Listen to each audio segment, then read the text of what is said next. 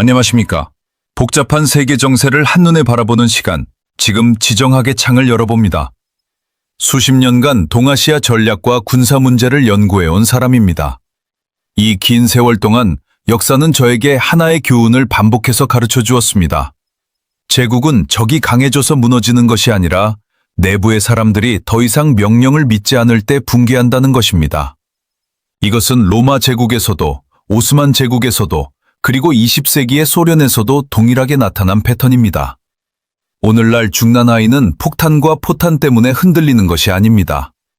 그곳을 진정으로 뒤흔드는 것은 군대 내부에서 조용히 퍼지고 있는 회의와 불신입니다. 저는 지난 몇 달 동안 장유샤 부주석의 사례를 면밀히 관찰해 왔습니다. 그리고 이것이 단순한 일반적인 숙청 사건이 아니라는 확신을 갖게 되었습니다. 재판도 없고 기소잠도 없고 공식적인 결론도 없습니다. 바로 이 의도적인 침묵이야말로 권력이 통제력을 잃어가고 있다는 가장 위험한 신호입니다. 권력은 늘 자신감이 넘친다고 말하지만 정작 자신이 없을 때만 더 조용해지는 법입니다. 저는 관찰자로서 이 상황을 개인 간의 갈등으로 보지 않습니다. 이것은 두 개념 사이의 충돌입니다. 한쪽에는 절대적인 권력이 있고 다른 한쪽에는 군인의 양심이 있습니다. 장유샤는 중국 인민해방군 역사상 가장 고위에 오르는 장군 중 한 명입니다. 그는 단순히 명령을 따르는 사람이 아니라 수십 년간 중국 군대의 현대화와 개혁을 이끌어온 전략가입니다. 그런 그가 갑자기 공개석상에서 사라진 것은 우연이 아닙니다.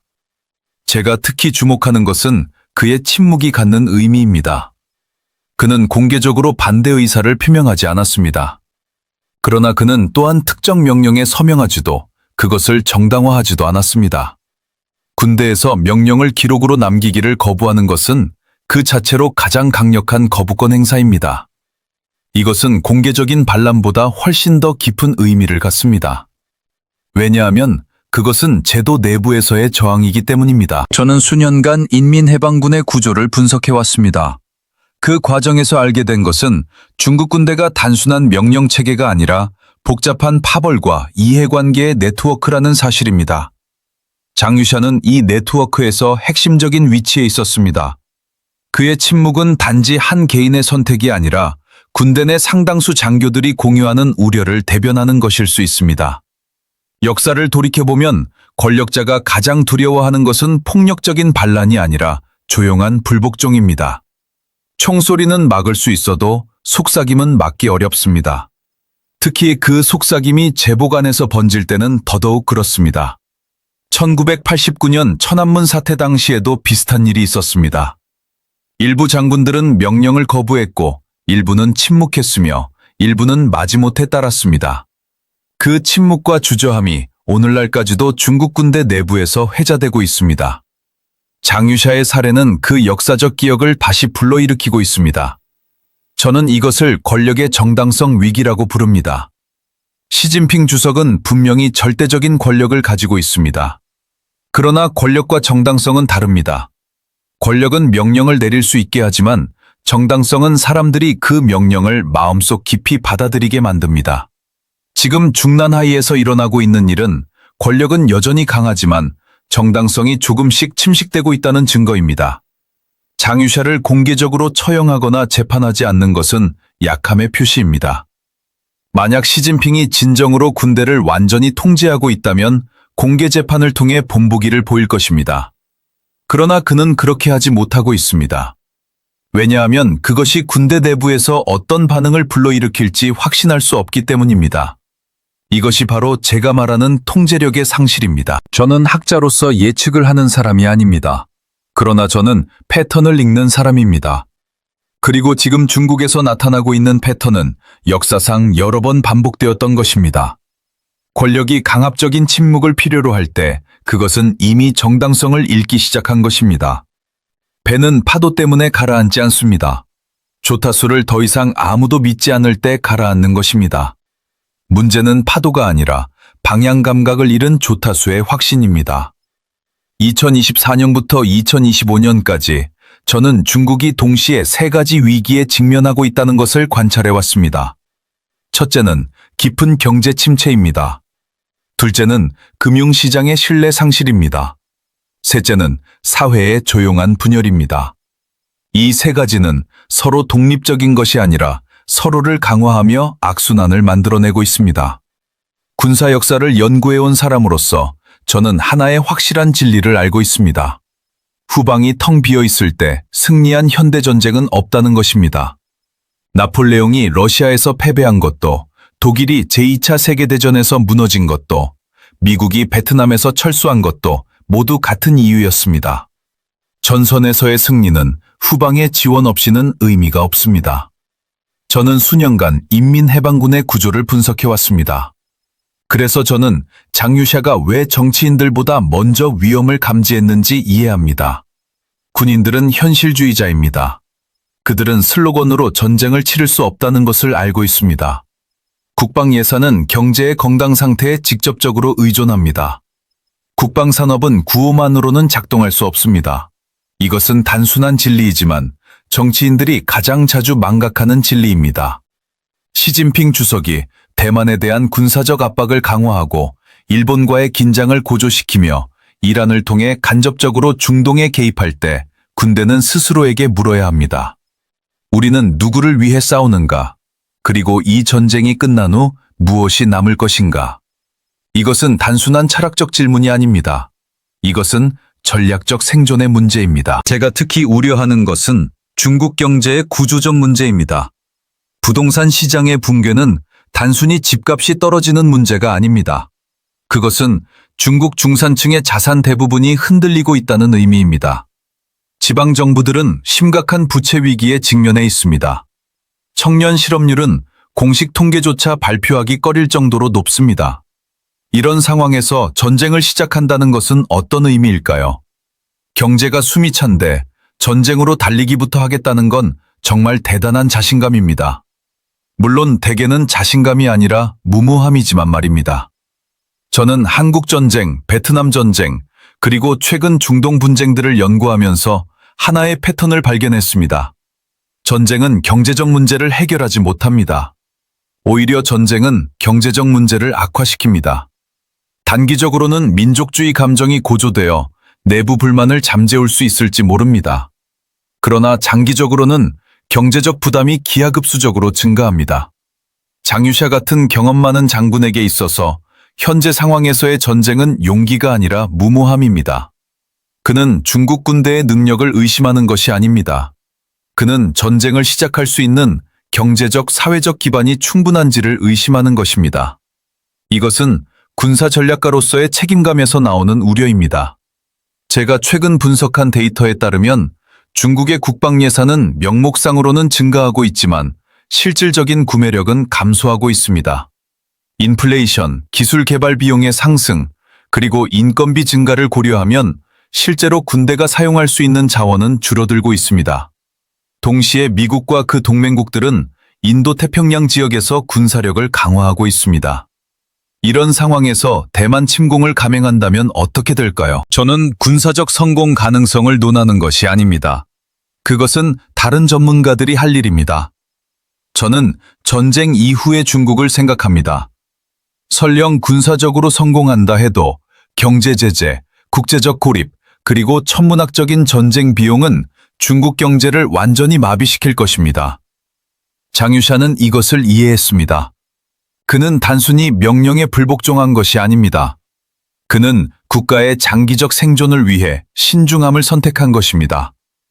정치인들은 단기적인 정치적 이득을 위해 전쟁을 고려할 수 있습니다. 그러나 군인들은 전쟁의 실제 비용을 알고 있습니다. 그들은 전장에서 죽는 병사들을 봅니다. 그들은 파괴된 도시들을 봅니다. 그들은 승리 이후의 혼란을 봅니다. 저는 이것을 전략적 합리성이라고 부릅니다. 장유샤의 침묵은 비겁함이 아니라 깊은 전략적 사고의 결과입니다. 그는 중국이 지금 필요한 것은 전쟁이 아니라 경제 회복이라는 것을 알고 있습니다. 그는 군사적 모험주의가 국가를 파멸로 이끌 수 있다는 것을 이해하고 있습니다. 역사는 우리에게 교훈을 줍니다. 경제적으로 약해진 국가가 전쟁으로 문제를 해결하려 했을 때 그 결과는 항상 재앙이었습니다. 이것이 바로 장유샤가 저항한 이유입니다. 그리고 이것이 바로 시진핑이 그를 공개적으로 처벌할 수 없는 이유입니다. 왜냐하면 군대 내에 많은 사람들이 같은 생각을 하고 있기 때문입니다. 권력은 혼자만 확신하면 된다고 믿지만 군대는 숫자로 움직인다는 사실을 가끔 잊곤 합니다. 저는 오늘 많은 군사 분석가들이 간과하는 요소에 대해 이야기하고자 합니다. 그것은 바로 군사 인구학입니다. 현재 인민해방군은 한자녀 정책의 산물인 외동자녀 세대에 의해 운영되고 있습니다. 이것은 중국 군사력을 평가할 때 반드시 고려해야 할 근본적인 변수입니다. 전술적 관점에서 보면 중국 군대는 인상적입니다. 현대적인 무기 체계를 갖추고 있고 최신 지휘 시스템을 운영하며 기술적으로도 상당한 발전을 이루었습니다. 그러나 전쟁 심리학의 관점에서 보면 완전히 다른 그림이 나타납니다. 각각의 병사는 한 가정의 유일한 혈통입니다. 이것은 단순한 통계가 아니라 전쟁 수행 능력에 직접적인 영향을 미치는 심리적 현실입니다. 저는 몇 년 전 한 비공개 세미나에서 이렇게 말한 적이 있습니다. 죽음을 두려워하지 않는 군대는 위험한 군대입니다. 그러나 모호한 목표를 위해 죽을 용기가 없는 군대는 승리할 수 없습니다. 이것은 냉소적인 발언이 아니라 군사 역사에서 반복적으로 입증된 진실입니다. 한자녀 정책이 시행된 지 이제 40년이 넘었습니다. 현재 인민해방군의 대부분 병사들은 1990년대 이후에 태어난 세대입니다. 그들은 부모와 조부모 세대가 경험한 가난과 투쟁을 알지 못합니다.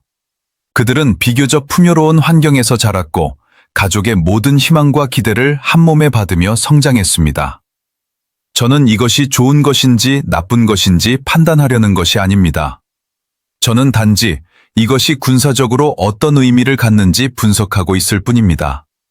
제가 중국군 관계자들과 비공식적으로 대화를 나눈 경험에서 그들 또한 이 문제를 인식하고 있었습니다. 한 고위장교는 저에게 이렇게 말했습니다. 우리는 세계에서 가장 현대적인 무기를 가지고 있습니다.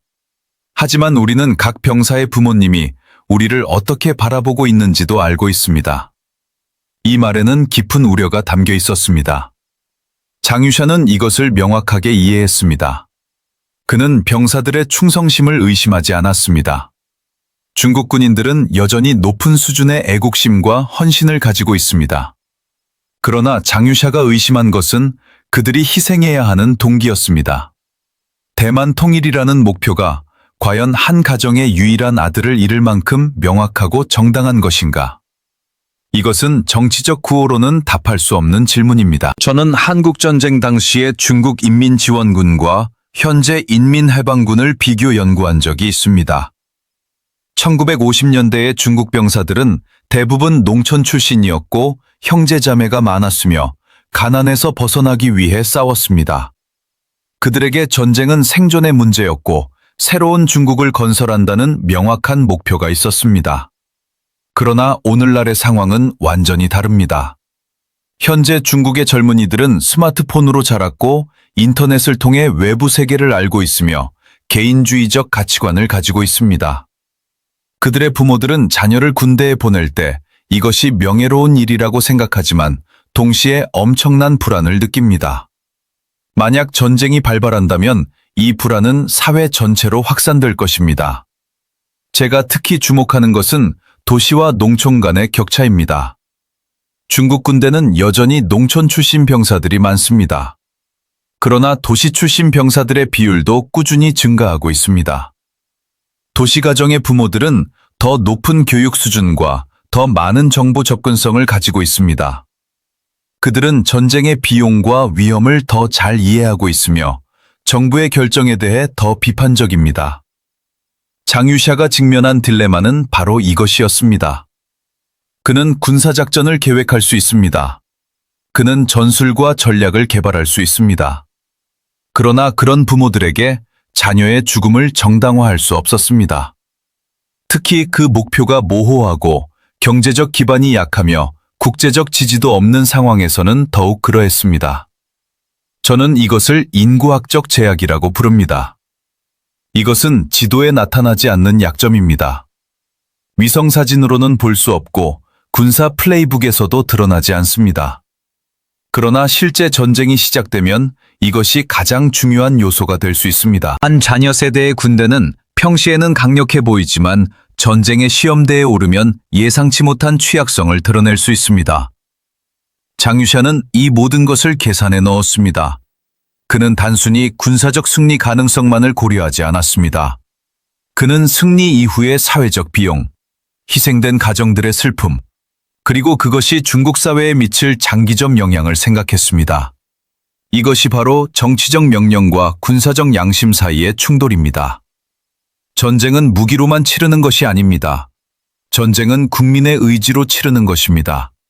그리고 한 자녀를 잃는 것을 감수할 의지가 과연 중국 사회에 있는가? 이것이 바로 장유샤가 던진 근본적인 질문이었고 시진핑이 답하기 어려워하는 질문입니다. 2025년 중국 인터넷 공간에서 충격적인 사건이 발생했습니다. 1989년 쉬친셴 장군에 관한 녹음 자료와 문서가 갑자기 다시 확산되기 시작한 것입니다. 저는 이것을 우연으로 보지 않습니다. 이것은 역사가 현재와 대화하는 방식이며 과거의 양심이 오늘의 선택에 영향을 미치는 순간입니다. 쉬친셴 장군은 1989년 천안문 사태 당시 베이징 군구의 지휘 계통에서 명령을 거부한 인물로 알려져 있습니다. 역사적 녹음에 따르면 그는 이렇게 말했습니다. 군대는 국가의 것이지 어느 개인의 것이 아니다. 학자로서 저는 이 메시지의 무게를 이해합니다. 이것은 단순한 반란의 호소가 아닙니다. 이것은 역사적 책임에 대한 호소입니다. 제가 수십 년간 중국 군사를 연구하면서 발견한 것은 천안문이 중국 군대에게 여전히 치유되지 않은 상처라는 사실입니다. 공식적으로는 이 사건에 대해 거의 언급되지 않습니다. 그러나 비공식적으로 군 내부에서는 이 사건이 계속해서 논의되고 반성되고 재해석되고 있습니다. 특히 고위 장교들 사이에서는 더욱 그러합니다. 쉬친셴 장군은 명령을 거부했습니다. 그는 자신의 군대를 이용해 민간인을 진압하는 것을 받아들일 수 없었습니다. 그 결과 그는 모든 직위에서 해임되었고 가택연금 상태로 여생을 보냈습니다. 그러나 그의 결정은 중국 군대 내에서 전설이 되었습니다. 그것은 군인이 부당한 명령에 맞서 양심을 지킬 수 있다는 것을 보여준 사례였습니다. 2025년에 이 녹음이 다시 확산된 것은 우연이 아닙니다.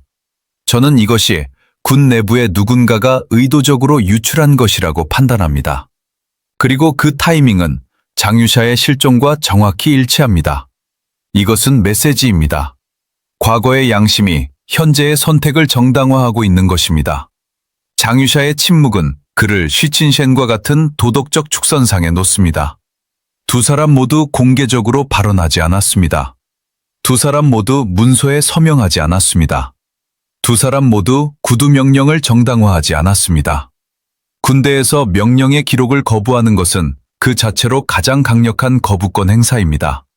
제가 특히 주목하는 것은 이 녹음이 확산된 방식입니다. 중국의 인터넷 검열은 세계에서 가장 엄격한 것으로 알려져 있습니다. 천안문과 관련된 모든 내용은 즉시 삭제됩니다. 그런데 이 녹음은 몇 시간, 때로는 며칠 동안 온라인에 남아 있었습니다. 이것은 검열 시스템 내부에도 이 메시지를 보호하려는 사람들이 있다는 것을 의미합니다. 검열이 완벽하다면 이런 일은 애초에 일어나지 않았을 텐데 참으로 흥미로운 완벽함입니다. 저는 중국 내부의 소식통들과 접촉하면서 군 내부의 분위기가 심상치 않다는 것을 감지했습니다. 공식적으로는 모두가 당의 지도를 따른다고 말합니다. 그러나 비공식적으로는 많은 장교들이 깊은 우려를 표명하고 있습니다. 그들은 대만 침공의 군사적 타당성을 의심하고 경제적 결과를 걱정하며 무엇보다도 역사가 그들을 어떻게 평가할지 고민하고 있습니다. 쉬친셴의 사례는 그들에게 하나의 선례를 제공합니다. 그것은 양심을 따르는 것이 가능하다는 것을 보여줍니다. 비록 그 대가가 크더라도 역사는 결국 올바른 선택을 한 사람들을 기억한다는 것을 증명합니다. 1989년 당시 쉬친셴을 비난했던 많은 사람들도 이제는 그의 용기를 인정합니다. 장유샤도 똑같은 계산을 했을 것입니다. 그는 지금 당장 권력투쟁에서 질 수 있습니다. 그는 모든 지위를 잃을 수 있습니다. 그는 가택연금 상태로 남은 생을 보낼 수도 있습니다. 그러나 그는 역사 앞에서 떳떳할 수 있습니다. 그는 부당한 전쟁을 시작하는데 협력하지 않았다고 말할 수 있습니다. 제가 관찰한 바에 따르면 중국 군장교 사이에서 역사의식이 매우 강합니다. 그들은 중국의 긴 역사를 배우며 성장했고 역사가 개인을 어떻게 평가하는지 잘 알고 있습니다. 그들은 진시황도, 마오쩌둥도 모두 역사의 심판을 받았다는 것을 알고 있습니다. 그리고 그들 자신도 언젠가는 그 심판대에 서게 될 것이라는 것을 알고 있습니다. 쉬친션의 녹음이 다시 확산된 것은 바로 이 역사의식을 자극하기 위한 것입니다. 그것은 현재의 장교들에게 묻고 있습니다. 당신은 어느 편에 설 것인가? 권력의 편인가? 아니면 양심의 편인가? 이것은 추상적인 질문이 아닙니다. 이것은 매우 구체적이고 긴급한 질문입니다. 저는 이 상황을 역사적 메아리라고 부릅니다. 1989년의 목소리가 2025년에 다시 울려 퍼지고 있습니다. 36년이 지났지만 본질적인 질문은 변하지 않았습니다. 군대는 누구의 것인가? 군인은 누구에게 충성해야 하는가? 개인에게인가? 당에게인가? 아니면 국가와 인민에게인가? 장유샤의 침묵과 쉬친션의 녹음은 함께 하나의 강력한 메시지를 형성합니다. 그것은 군인의 양심이 여전히 살아있다는 것, 그리고 역사는 결국 진실을 기억한다는 것입니다. 시진핑은 권력으로 현재를 통제할 수 있을지 모릅니다. 그러나 그는 역사를 통제할 수 없습니다. 그리고 중국 군대는 이것을 알고 있습니다. 저는 이제 결론을 내리고자 합니다. 장유샤에 대한 연금은 시진핑의 승리가 아닙니다. 그것은 오히려 군대 내부에서 연쇄 반응이 일어날 것에 대한 두려움의 표시입니다. 만약 시진핑이 진정으로 인민해방군을 완전히 통제하고 있다면 이렇게 애매한 방식을 선택할 필요가 없었을 것입니다. 제가 수십 년간 권위주의 체제를 연구하면서 배운 것이 있습니다. 독재자가 가장 두려워하는 것은 공개적인 반란이 아니라 조용한 불복종의 확산입니다. 한 사람을 공개 처형하면 그는 순교자가 됩니다. 그러나 그를 조용히 격리시키면 그의 존재 자체가 질문이 됩니다. 왜 그를 공개적으로 처벌하지 못하는가? 이 질문이야말로 권력의 약점을 드러냅니다. 장유샤의 존재는 비록 그가 격리되어 있다 하더라도 여전히 하나의 정신적 지주입니다. 다른 장군들에게, 중간급 장교들에게, 그리고 역사가 먼저 발포를 거부한 사람들의 이름을 기록한다는 것을 이해하는 모든 사람들에게 말입니다. 그의 침묵은 말보다 더 크게 울려 퍼지고 있습니다. 저는 학자로서 정치적 결말을 예측하는 사람이 아닙니다. 그러나 저는 역사의 법칙을 이해하는 학자입니다. 그리고 저는 하나의 법칙을 확신을 가지고 말할 수 있습니다. 권력이 강제된 침묵을 필요로 할 때 그것은 이미 정당성을 잃기 시작한 것입니다. 중국은 지금 새로운 단계로 접어들고 있습니다. 그것은 모든 명령이 양심으로 저울질되는 단계입니다. 이것은 어떤 전체주의 체제도 완전히 통제할 수 없는 현상입니다. 왜냐하면 양심은 외부에서 강제할 수 없는 것이기 때문입니다. 그것은 각 개인의 내면에서 자라나는 것이며 그 성장을 막을 방법은 없습니다. 제가 특히 주목하는 것은 세대 간의 차이입니다. 문화 대혁명을 경험한 세대는 맹목적인 복종이 어떤 결과를 낳는지 알고 있습니다. 개혁개방 세대는 경제발전과 개인의 자유가 양립할 수 있다는 것을 경험했습니다. 그리고 현재의 젊은 세대는 인터넷을 통해 외부 세계를 알고 있으며 비판적 사고를 할 수 있는 능력을 갖추고 있습니다. 장유샤는 이 모든 세대의 교차점에 있습니다. 그는 마오 시대의 혼란을 기억하고 덩샤오핑 시대의 개혁을 목격했으며 시진핑 시대의 권력 집중을 경험하고 있습니다. 그의 침묵은 이 모든 역사적 경험의 축적입니다. 그것은 단순한 개인의 선택이 아니라 한 세대의 집단적 지혜가 응축된 것입니다. 저는 최근 몇 달간 중국 내부의 여러 소식통들과 접촉하면서 미묘하지만 중요한 변화를 감지했습니다. 사람들은 더 이상 모든 것을 액면 그대로 받아들이지 않습니다. 공식 발표가 있을 때마다 그들은 그 이면에 무엇이 있는지 질문합니다. 장유샤의 실종에 대해서도 공식적으로는 아무도 말하지 않지만 사적으로는 모두가 이야기하고 있습니다. 이것이 바로 침묵의 권력입니다. 장유샤는 말하지 않음으로써 더 많은 것을 말하고 있습니다. 그는 행동하지 않음으로써 더 강력하게 행동하고 있습니다. 그는 존재함으로써 살아있음으로써 시진핑의 절대 권력에 대한 의문 부호가 되고 있습니다. 제가 군사 전략을 연구하면서 배운 것 중 하나는 가장 강력한 저항은 때로 가장 조용한 형태를 취한다는 것입니다. 게릴라전이 그렇고 시민 불복종이 그렇습니다.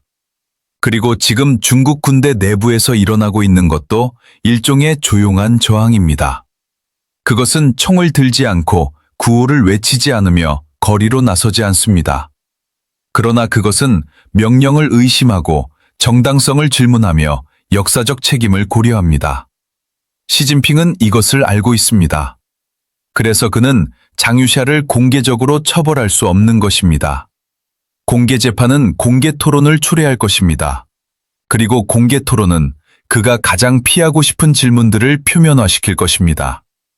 대만 침공의 정당성, 경제적 비용, 인민의 의지, 그리고 역사의 심판에 대한 질문들 말입니다.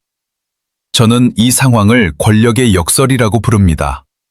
시진핑은 더 많은 권력을 집중시킬수록 그 권력의 취약성이 더 명확해집니다.